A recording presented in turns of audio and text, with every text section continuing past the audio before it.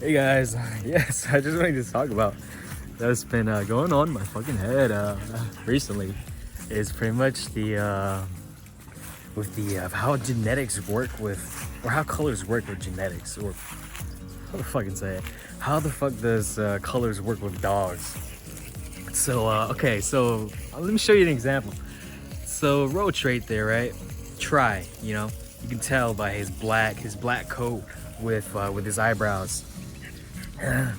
So let's say for example, I throw him, I throw, I throw a roach onto, let's say for example, Bambo. Okay, Bambo's actually the brindle one right there. So if I was to throw a roach and Bambo together, and I know for a fact that Bambo does not carry tri, cause let's say, cause I just know, cause it's on the DNA paperwork. Also, tri dogs don't carry brindle as well. So, but you only need one copy of tri. No, not tri. You only need one copy of brindle to get brindle. But with tri is like genetics with like the shape of the dog, or the it's like the shape color of the dog. It's not necessarily the color. It's more like a pattern. So if I was to throw Roach and Bama together, I won't get any tries because you need two copies of tries to get that. So I'll explain in a more in-depth video, on my computer. But dude, that shit is so like fucking funny because when I was arguing with my uncle like the other month. It's been a while now, but I just thought of it for some reason. I want to make a video about it.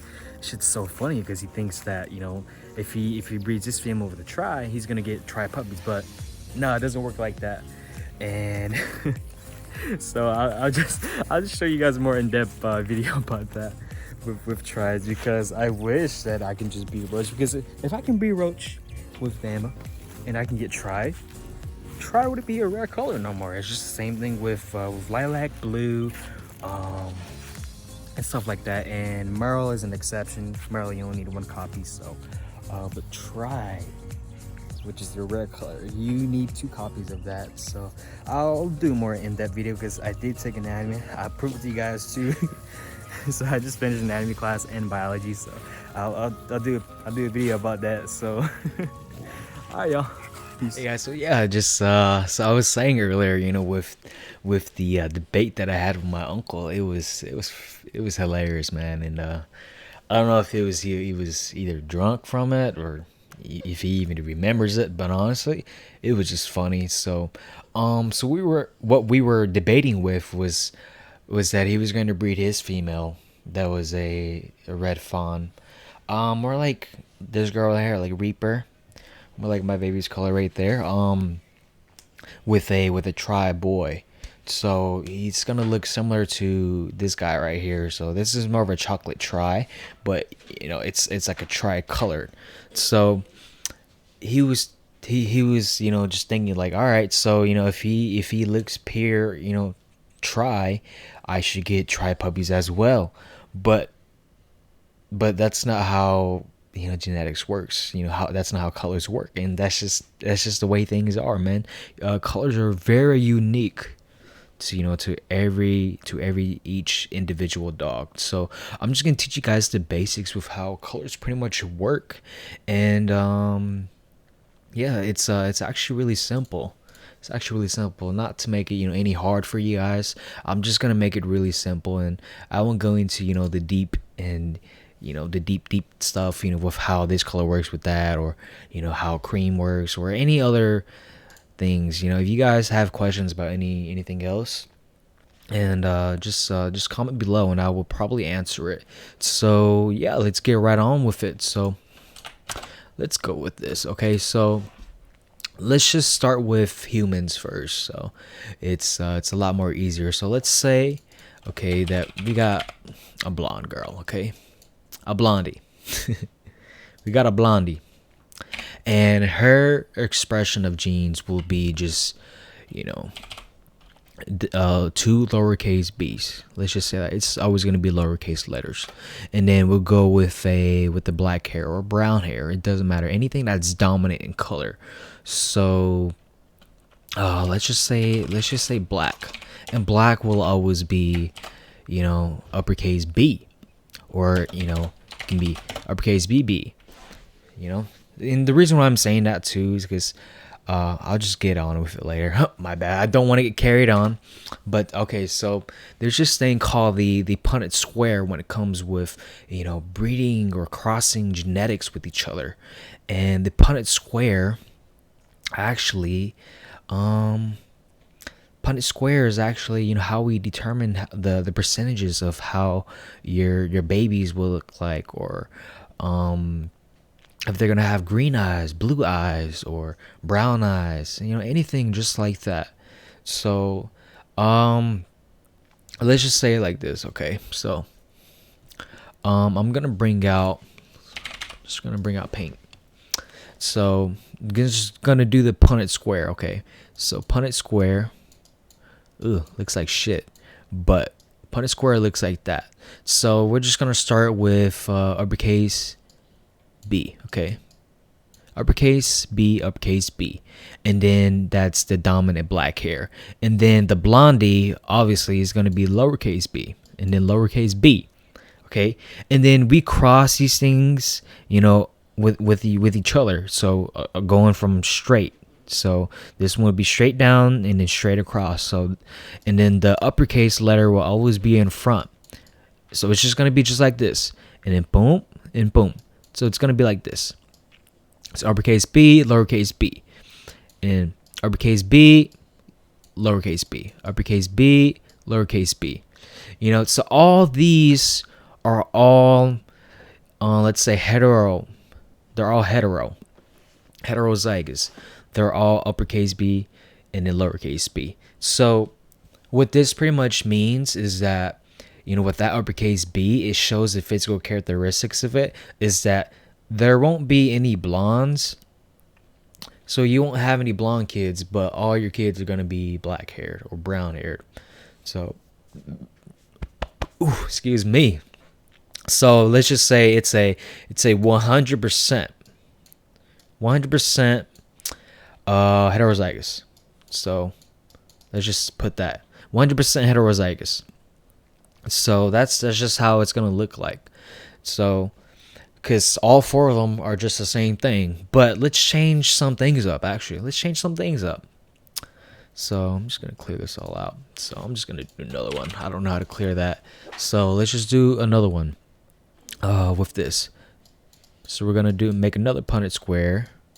So with uppercase B, and then with the lowercase b, actually. And then now we got blondie right here, okay? So, that looks nasty. So, okay. So you guys know what that is. So now this one's a lowercase b. So now we cross them again. Boom. And then now we cross this. Lowercase b, and now we have blondie now. Right? So, and then uppercase B, lowercase b, and then lowercase b. Now everything changes now. Because this right here is a heterozygous. This thing is a carrier to have a blondie, right? So now we count the percentages. So this one right here, we're gonna have two of them now. So we're gonna have 2 out of 4. So 2 out of 4 are gonna equal pretty much 50% of having blondes. So it's pretty crazy because since you're black hair, and then you have a girlfriend or a wife, and you have a kid with her, and then the kid ends up being a blonde. Well, to figure out, you carry blonde too. So unless you know that you don't carry blonde, and you better go check that out with his genetics, because she probably have an affair, bro. So, and then the other two is gonna be black hair or brown hair, just like you. So the other two, sorry for my mess, are just gonna be black hair. Okay, so they're gonna be black. So it's always good to have a carrier when it comes with dogs. So just gonna X this out now. So now that I explained that, let's get on with dogs now. Okay, so each and every color of a dog has their own letters, so to speak of it. So let's just bring out a blue dog, okay? A blue dog. And this is my son right here, Smoke. So Smoke, he is going to be lowercase d and lowercase d, okay? Lowercase d. And then let's just bring on with, actually let me cut that out. And then let's just bring on with let's see, Toxic. Okay. I know he's a male, but we're just gonna deal with it, okay? So Toxic. Toxic is actually gonna be called this boy. So oops. So okay. So we're just gonna go on with the basics again. Okay. So lowercase d, right? It looks ugly. Lowercase d, which is blue, or this is lilac as well, but we'll just go on with it. So let's just pretend this is blue, okay? And then Toxic, who is a brindle. Toxic is actually gonna be, KBR, right? So just to make it, basic with you guys, so let's just say that Toxic's also, capital B. Let's just do that, okay? So we cross the two together. So we're just gonna cross it together, just like that, and then let's do BB. It's just the same thing again. It's honestly just the same thing again. So you just do the same thing, just the same thing. You guys will understand that too. So I'm just trying to get you guys to understand what this means. So it's a 4 out of 4, right? 4 out of 4 would end up looking like Toxic. They would all have Toxic's color, and but also if Toxic carries other colors too, then we're gonna have the other genetic sequence that I told you guys about. Because 2 of the kids can be, or 50% is gonna carry color, just like Smoke, or in the other 50% are gonna be like Toxic. But the good thing is that they're gonna be carriers now. Heterozygous, they are going to be carriers. The uppercase B and the lowercase, and that's a good thing. If you want to get into colors. So let's just wipe all this out if I know how to do that. Okay, so that's just pretty much it. And then when we get on with chocolate, right, or with try, let's just say this is the try, right? This is the try, because try works the same thing like a blue. So just like this. So we're running with a try and with a brindle. It's just going to be the same thing again. But let's do actually something different, okay? Let's do something different. So let's just say, for example, that Toxic, it carries blue, right? And then we'll just do this. We'll do Missy, okay? And the Missy right here is a fawn. So if Missy is a fawn, Toxic is a brindle, you can still get blue. And it seems pretty crazy at first, because when I actually bred one of my dogs, I actually bred a Missy with Groot right here. I actually came out with Smoke. So actually let me do this, okay? Let me do this. I actually bred these two together, and I got Smoke. It's pretty crazy, right? And you think that what did Missy have? Did she breed it with another dog? She made it with another dog or some shit like that? No, I had it all control. Okay, I did the breeding myself, and I kept her in their cage most of the time when she's in heat. And the reason why this happens, right? As I was explaining earlier, with heterozygous, or being a carrier, right? Being a carrier pretty much means this, right? As I was explaining earlier. Where the heck is this? So let's just say, being a carrier. So if I can type, let's just do this, okay? This is being a carrier. This right here. So both of them actually were carriers, right? So Missy was a carrier, Groot was a carrier, and it, if you put them two together, you can come out with smoke. You can come out the rare color. As I was explaining to you guys, with the Punnett square. Let me bring that Punnett square out again, man, because it's really actually simple.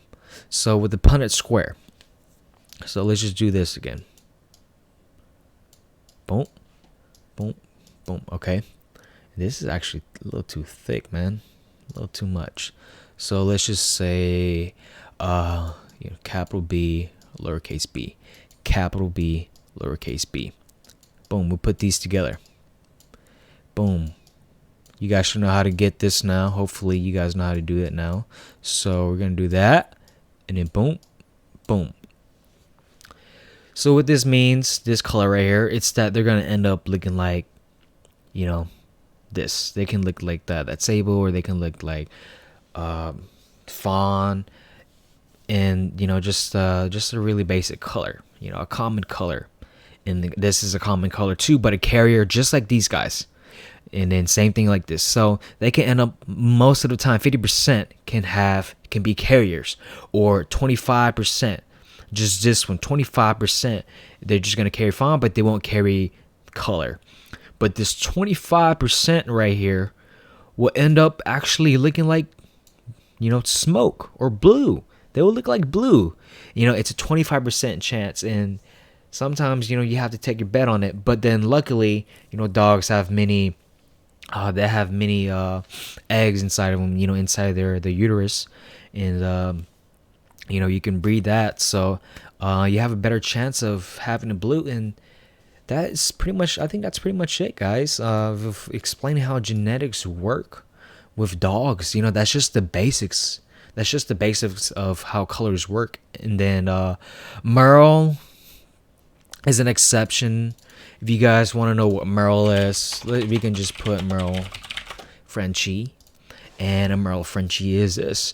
But a merle Frenchie carries.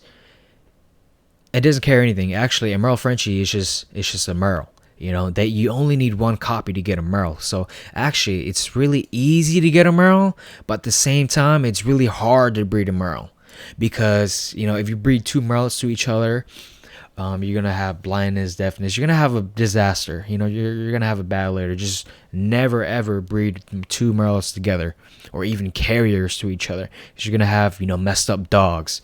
So it's just the way it is. I won't get into the nitty gritty details about it, but just know about that. And I think mostly all merle owners or breeders, they should know about that. I'm pretty sure, and just have to be responsible about that. But if you guys ever do want to get into merle Frenchies, they are easy to get, but at the same time they're hard to breed too. So I don't know why they cost so much more expensive. I feel like it's a ripoff, honestly, because I can just get one. It's like skipping a year of breeding to get color, especially if you only have carriers, just like me when I got smoke. So, but now I actually have rare colors now. Actually, I have tries too. So, and yeah, I think that's pretty much it with breeding, of how colors work. And I hope you guys understand that. I know it was a mess, but I hope you guys understood how that shit works. And if you guys like the video, give it a like. If you guys can subscribe, I'd mostly appreciate that. And I'm gonna make more videos on stories, and pretty much I can do a more in-depth tutorial on how colors worked, or even also my journey on breeding, and my on how to even tube feed too, or my stories with my failures. And I just want to let you guys know, I failed so many times. I've spent a lot of money. I lost a lot of money this past year, still during the COVID, and I want you guys to know the information, so you guys can prepare yourself ahead of time, so that way you guys don't fall in a rut like me, because I want to teach you guys how to prevent stuff like that, or how to prevent unnecessary vet bills, or even also